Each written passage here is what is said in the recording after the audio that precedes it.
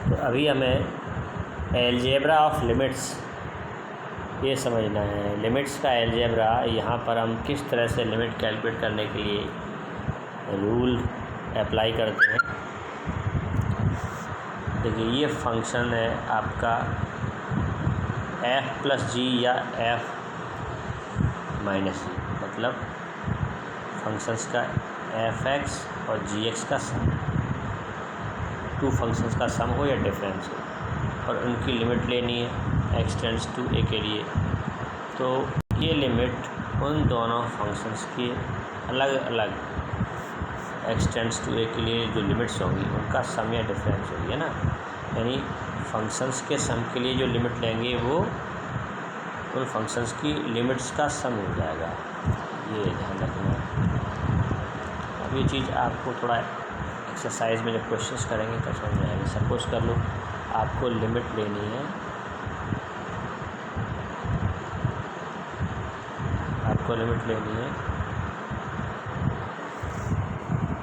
और ये लिमिट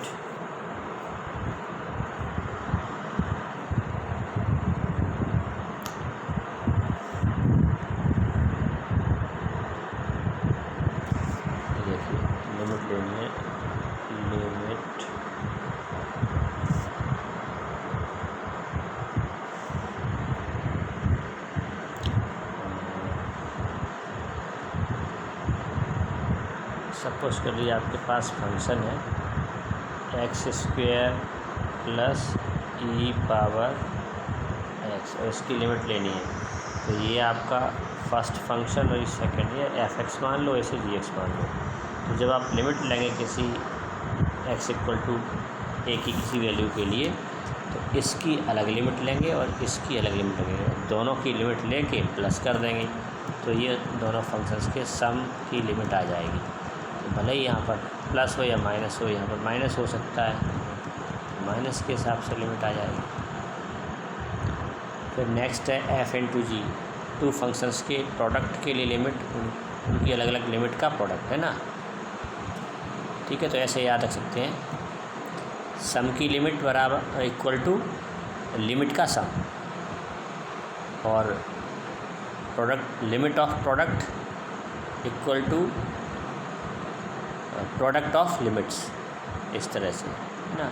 जहाँ भी x का फंक्शन होगा वहाँ जाके आपको x टेंड्स टू a के लिए या a जो भी हो वहाँ पर उस क्वेश्चन में उसकी लिमिट लेनी है। डिवाइड में है f(x/gx), तो न्यूमरेटर की अलग लिमिट आएगी, डिनोमिनेटर की अलग लिमिट आएगी, बस ये ध्यान रखना है।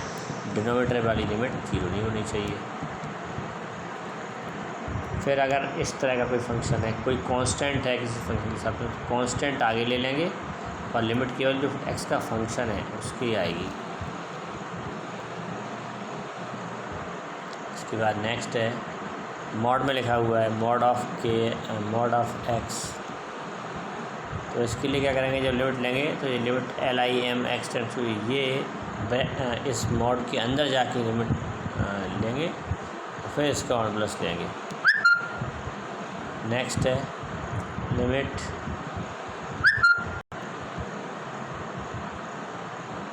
x tends to a f(x) power g(x).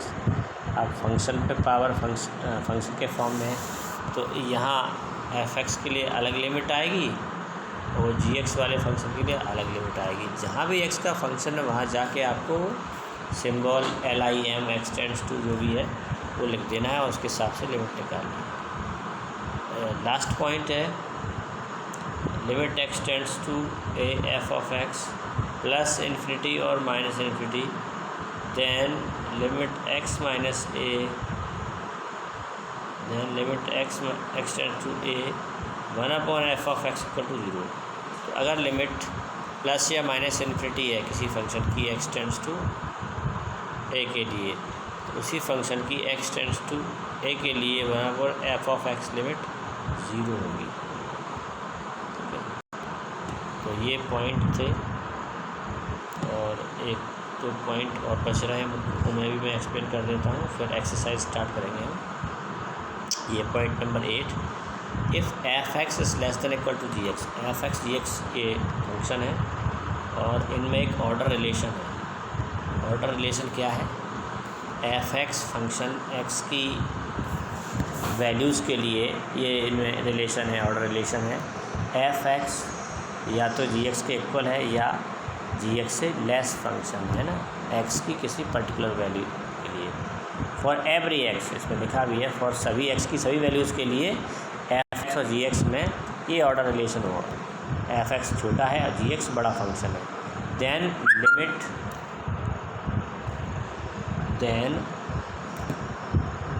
Limit x tends to a f of x and limit x tends to a G X, इनकी लिमिट्स में ये इन फंक्शंस के लिए हमें ऑर्डर रिलेशन पता है कि इनमें x की हर एक वैल्यू के लिए एफ एक्स जी एक्स से छोटा फंक्शन है, तो इनकी x टेंड्स टू a के लिए जो लिमिट लेंगे इन दोनों फंक्शन की, सेम वही ऑर्डर रिलेशन इनकी लिमिट्स में भी रहेगा।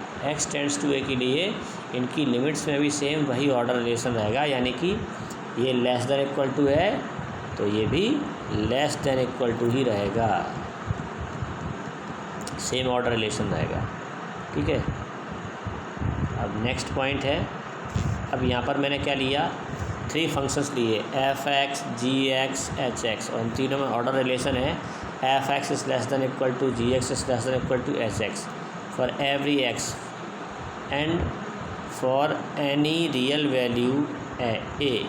कोई अपन ने रियल वैल्यू ए ले ली और इसके लिए हमने limit x tends to A F of X निकाली और limit x tends to A H X निकाली। तो इन दोनों की लिमिट क्या आ रही है, सेम आ रही हैं, l आ रही हैं। एफ एक्स की लिमिट भी l है, एच एक्स की लिमिट भी l है, और यहाँ रिलेशन देखिए क्या है, एफ एक्स की लिमिट l है, एच एक्स की लिमिट l है, इसकी लिमिट दे नहीं रखी तो इसकी लिमिट भी l होती है, इसकी लिमिट भी l होती है। अब वो समझें क्यों, कैसे, और any real value of x line x,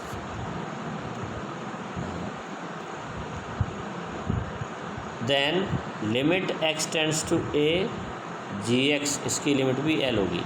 तो आपने देखा 3 फंक्शन थे, तीनों में ऑर्डर रिलेशन है, एच एक्स सबसे छोटा है, एच एक्स सबसे बड़ा है और जी एक्स बीच में। एफ एक्स की लिमिट l है, इसकी लिमिट l है, इसकी एच एक्स की लिमिट भी l है। तो फिर ऑर्डर रिलेशन के हिसाब से जी एक्स की जो ऑर्डर रिलेशन है उसके हिसाब से जी एक्स एफ एक्स और जी एक्स एच एक्स के बीच में आ रहा है, तो इस बीच वाले फंक्शन की लिमिट भी l हो जाती है। ठीक है, तो ये एफ एक्स की लिमिट l, एच एक्स की limit l, then G X की लिमिट भी l हो जाएगी। This result is often stated as sandwich theorem. तो ये जो आपको मैंने स्टेटमेंट बताया ये सैंडविच थ्योरम का स्टेटमेंट है, और ये डायग्राम आप बना लेना उनमें। ये देखिए फंक्शन है सबसे बड़ा, ये सबसे छोटा, ठीक है, ये यहाँ ऐसे गया है, ये यहाँ पर ऐसे गया है, तो ये जो गया है ये आपका जी एक्स फंक्शन है। तो ये इस तरह का सैंडविच जैसा कुछ स्ट्रक्चर बनता है, इसलिए इसको सैंडविच थ्योरम बोलते हैं। ठीक है, तो ये सारे पॉइंट मैंने आपको एक्सप्लेन कर दिए हैं, इनको अपनी नोटबुक में अच्छे से नोट कर लें, रीड करते रहें, फिर एक्सरसाइज स्टार्ट कराएंगे आपके।